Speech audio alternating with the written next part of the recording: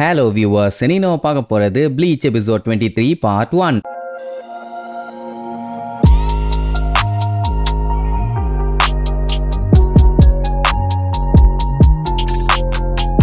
Open பண்ணா போன episode காஞ்சுக்கும் நம்ம இச்சிகோக்கும் பயங்கரமா சண்டை போயிட்டு இருந்துச்சுல்ல. திடீர்னு என்னாச்சு, பாஸ் டைம் ஆயிருச்சுன்னு சொன்ன உடனே அட்டாக் பண்ண வந்தவன் சடனா பிரேக்கப் போட்டு கண்ணா பின்னாடி திருச்சடிச்சு வந்து விழுந்தான். ஆல்ரெடி 9 ஆயிருச்சு, இதுக்கு மேல லேட் பண்ணக்கூடாது பாஸ்ன்னு அவங்க கேங்கே பதறும். உடனே அவன் வந்தானே ஒரு பண்ணி அதை விசில் அடிச்சு கூப்பிடுவான். அது வந்த வேகத்துல அவனை அள்ளி போட்டு தூக்கிட்டு போகணும்னு பார்த்தா ஒரு இடி இடிக்கும், தெரிச்சு தேய்ச்சிக்கிட்டு போய் விழுவான். பரவாயில்லமா போனி, நல்லாவே வந்து இடிச்ச, இன்னைக்கு நம்ம சண்டையை கண்டினியூ பண்ண வேண்டாம், பாவம் பொழைச்சு போட்டோம், நாளைக்கு பாத்துக்கலாம் அப்படின்னு மறுபடியும் வந்து ஒரு இடி இடிச்சு அள்ளி தூக்கி போட்டுட்டு வேகமா ஓடும். இச்சிகோ பார்த்துட்டு, என்னடா சண்டை முடியறதுக்கு முன்னாடியே பயந்து ஓடுற, வாடா இன்னைக்கு நீயா நானான்னு பாத்திரலாமா. அவன், நான் ஒன்னும் பயந்து ஓடலடா, இப்ப சண்டைக்கு பிரேக் விட்டுருக்கேன், நாளைக்கு இதே இடத்துல இதே மாதிரி இப்படியே வெயிட் பண்றா, நான் அடிக்கிற அடியில உன் மூஞ்செல்லாம் பஞ்சா பறக்க போகுது அப்படின்ட்டு கத்திக்கிட்டே போவான். நம்மளுக்கு செம்மையா காண்டாவும். அவன் கேங் ஆளுங்களும் பாத்தீங்கன்னா அனல் பறக்க பிச்சுக்கிட்டு ஓடுவானுங்க. பேசுறதுக்கு டைம் கூட கொடுக்கல. யாரா இவன் பைத்தியக்காரன்னு சொல்லிட்டு இச்சிகோ காட்டு கத்திட்டு கிடப்பான். அப்படியே கட் பண்ண அடுத்த நாள் காட்டுறாங்க. அந்த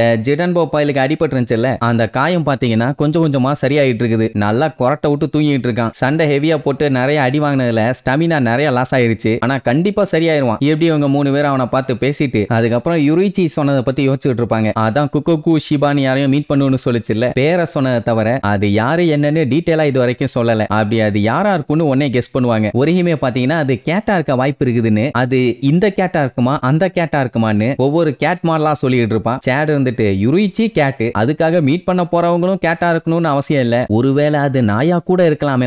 உடனே இஷிடா பேரை கேட்கும் போது ஒரு பயங்கரமான சாமுராய் மாதிரி இருக்குது, ஒருவேளை சாமுராயா இருக்குமோ, இல்ல இல்ல இல்ல இல்ல அதுக்கு வாய்ப்பு இல்ல, ஒரு பழைய வயசான தோடி தொங்குற தாத்தாவா இருக்குமோ அப்படின்ட்டு ஆளாளுக்கு கெஸ்ஸிங் பாத்தீங்கன்னா தாறுமாறா போகும். அலி நம்ம ஒருகிமே எல்லாம் டிராயிங்கே பண்ண ஆரம்பிச்சிருவான். காது இப்படி இருக்கும், கை இப்படி இருக்கும், மூக்கு இப்படி இருக்கும், வாய் எப்படி எப்படியோ இருக்கும்னு. சரி இப்படியே பேசிட்டு இருந்தா லேட் ஆயிரும், சட்டு புட்டுன்னு கிளம்புவோம். இச்சிகோ தான் ஆளை காணுன்னு சொல்லிட்டு இஷிடா இச்சிகோ கூப்பிட்டு போவான். அவன் பாத்தீங்கன்னா நான் வரவே மாட்டேன்பா, ஏன்னா நேத்து அந்த பண்ணி பையன் வந்து சண்டையை போட்டு போனான்ல, அவன் மண்டைய நான் இன்னும் உடையல, உடைச்சா மட்டும்தான் நான் இந்த இடத்தை விட்டு வருவேன், இல்லாட்டி நான் பயந்து இங்க இருந்து எஸ்கேப் ஆயிட்டேன்னு சொல்லி அவன் தப்பா என்னைய பத்தி நினைச்சிருவான். நான் எவ்வளவு பெரிய வீராதி வீரன் சூராதி சூரன்னு சொல்லிட்டு பில்டப் பண்ணுவானா. இஷிடா லூசு மாதிரி பண்ணிட்டு இருக்காதேன்னு அவனை பிடிச்சி இழுன்னு இழுப்பான். என்ன இழுத்தாலும் இழுத்து பிடிச்சிக்கிட்டு வரவே முடியாதும்பா. அப்ப யுரிச்சு அதை நகத்தை வச்சு அவனோட மூஞ்சிலேயே ஒரு இழு கத்தி கதறிட்டு கிடப்பான். பின்ன இங்க வந்தது ரூக்கியாவை காப்பாத்த, அதை விட்டுட்டு இவன் ஈகோக்காக லூசுத்தனமா அந்த லூசு பைய கூட சண்டை போடணும்னு லூசு மாதிரி பேசிட்டு இருந்தானா. இங்க இவங்க டைம் வேஸ்ட் பண்ண ரூக்கியாவோட உயிர் எப்போ போகும் எப்படி போகும்னு சொல்லவே முடியாது. அவளுக்கு ஒவ்வொரு நேரமும் ஆபத்து தான். சோ அவளை காப்பாத்த போக்கஸ் பண்ணடான்னு தான் பைய ரியலைஸ் பண்ணுவான் அவன் தப்ப. அதே நேரம் ரூக்கியாவை காட்டுறாங்க. அவ பாத்தீங்கன்னா சோகமா ஒரு சேர்ல உட்கார்ந்துட்டு இருப்பாளா. அந்த டைம் ரெஞ்சி அவளை பார்க்க வருவான். என்னப்பா என்னைய போட்டு தள்ள வேண்டிய டேட்டா மாத்திட்டாங்களான்னு கேப்பாளா.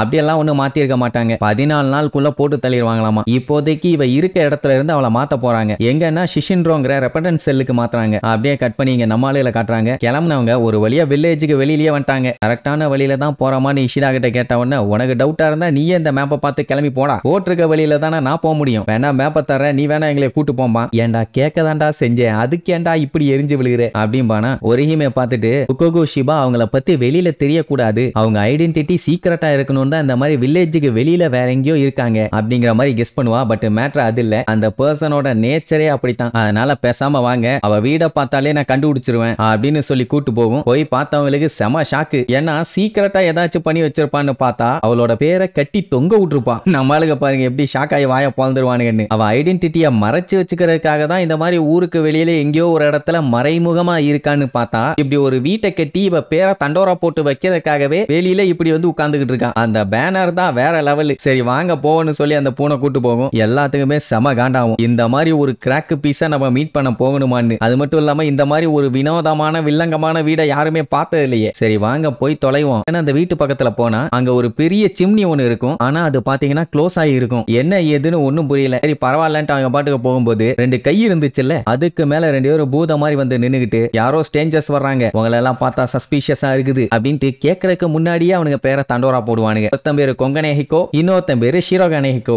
என்னடா பேரு இது. அவங்க 2 பேருமே நம்மளால உள்ள உள்ள விட மாட்டோம்னு சொல்லி பிளாக் பண்ணுவானுங்க. அப்படி இவங்களை மீறி உள்ள போக ட்ரை பண்ணா போட்டு தள்ளிடுவானுங்களாமா. மறுபடியும் கேட் கீப்பர்ஸா சரி ஒரு கை பாத்துடலான்னு நம்மளும் சண்டைக்கு ரெடி ஆவான். கடைசியில யொரோய்ச்சியை பார்த்த உடனே நீங்களா தாராளமா உள்ள போங்கன்னு அனுப்பி விட்டுருவானுங்க. சரி அந்த வீடை பார்க்கும்போது சின்ன வீடு மாதிரி தானே இருந்துச்சு. ஒத்த ரூம் தான் இருக்கும்னு பார்த்தா ஓப்பனிங்லயே பேஸ்மெண்ட்டுக்கு போகுது. சரின்ட்டு அப்படியே பேசிக்கிட்டே கீழே வருவாங்க. வந்த உடனே ஃபர்ஸ்ட் இவங்களை வெயிட் பண்ண சொல்லிட்டு உள்ள போய் பேசலான்னு பாக்குறதுக்குள்ளேயே உள்ள வரலான்னு சிக்னல் வரும். டோர் ஓபன் பண்ணி விடுவான். அந்த குக்ககு யாருன்னு பார்த்தா ஒரு பொண்ணு. அவளை பார்த்தோன்னு அத்தனை பேர்த்துக்கு பயங்கர ஷாக்கு. எது இது ஒரு பொண்ணான்னு. என்ன யொரோய்ச்சி பார்த்து ரொம்ப நாள் ஆச்சும்பா. ஆமா ஒரு சின்ன வேலையா வந்தேன், எனக்கு உங்களோட ஹெல்ப் தேவைன்னு சொல்லுமா. நீ வந்தாலே ஹெல்ப் தானே கேட்பேன். சரி ஏதாச்சும் பெரிய விஷயமா சீரியஸான விஷயமா அப்படின்னு உடனே வேண்டான்னு சொல்லுவான்னு பார்த்தா நம்ம பேசி ரொம்ப நாள் ஆச்சு, ஒன்னு பஞ்சாயத்து இல்ல பேசிட்டு அந்த கஷ்டமான வேலையவே பண்ணுவோம், ஏன்னா எனக்கு கஷ்டமா இருந்தாதான் பிடிக்கும் அப்படின்பா. கரெக்டான ஆளுகிட்ட தான் வந்திருக்காங்க. சரி இனி இதுக்கப்புறம் இந்த குக்ககு நம்மளால எப்படி அந்த செவத்துக்கு அந்த பக்கம் கொண்டு போக போறான்னு அடுத்தடுத்த எபிசோட்ல பார்க்கலாம். டாடா.